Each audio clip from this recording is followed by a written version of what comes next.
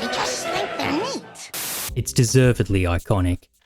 Doom 2 Super Shotgun is the perfect marriage between gameplay and aesthetics.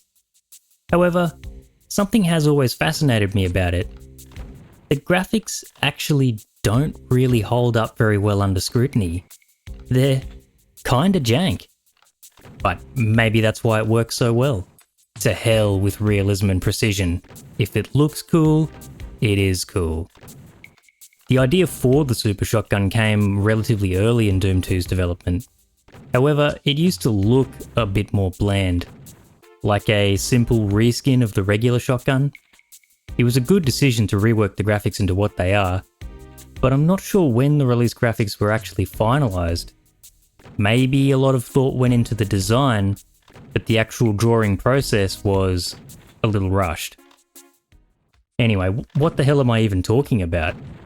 Well, for a start, the footage you've been watching is not actually the original Super Shotgun graphics. They're a slightly tidied up version that I edited myself.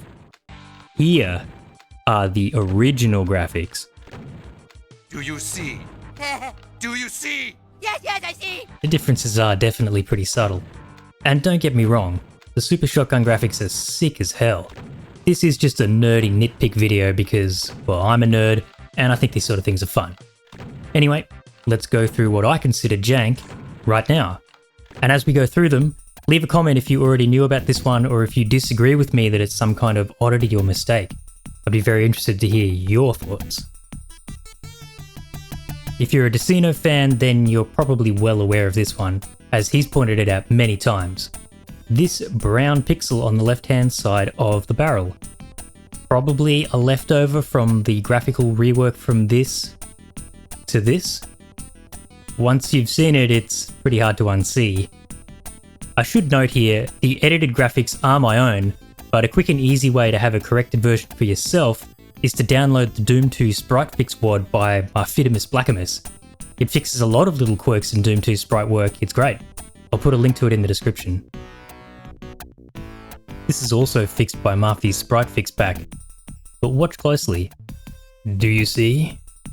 The muzzle flash graphics linger just a little too long, by 2 frames to be exact, because the timing of the firing frame is 7 ticks, but the muzzle flash consists of 2 graphics with timings of 4 and 5. 4 plus 5 equals 9, which is 2 more than 7, hence the lingering. This actually requires dehack to fix, but it's very easy and satisfying. This is probably the biggest oddity of them all. During all of the Super Shotgun's animation, you only ever see Doomguy using his left hand.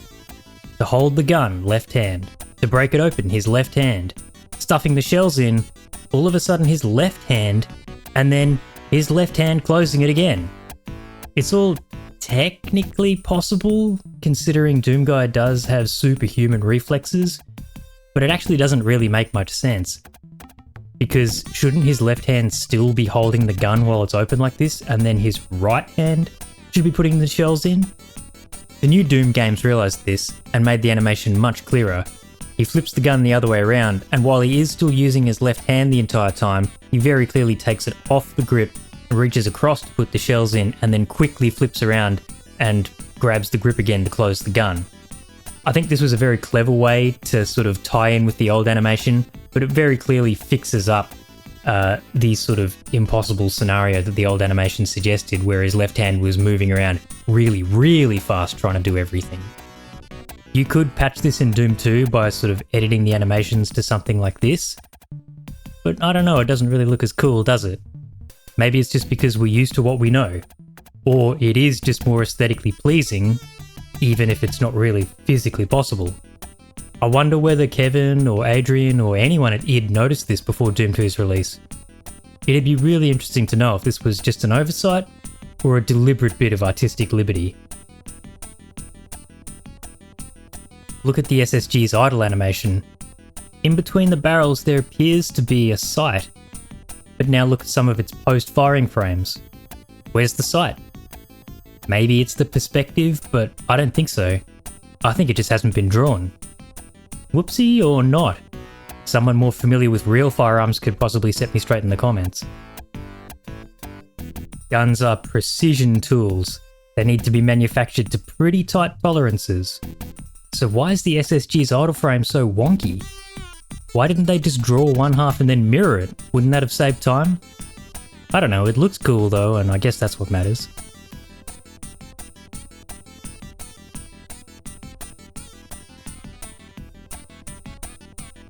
Now this was almost certainly done due to convenience. Given those are photos of Kevin Cloud's real arms, he probably didn't have real shotgun shells to hold, and it was just nice and easy to reuse the shell graphics they'd drawn all the way back during Doom 1's development. But still, it looks kind of funny having them weirdly stuffed in between his fingers like stubby little cigars or something. Doomguy is an absolute gigachad though, so who am I to question his incredibly efficient double-barreled reloading? Now there are some other elements you could point to, like the muzzle flash graphics still having the barrel in them, or the alignment of the graphics compared to each other, which is actually fixed in Murphy's Sprite pack by the way. But I'm not sure those are quite as odd as the ones I've specifically picked out here. What do you think? Am I going overboard? Or are there any other oddities in classic Doom sprites that stand out to you?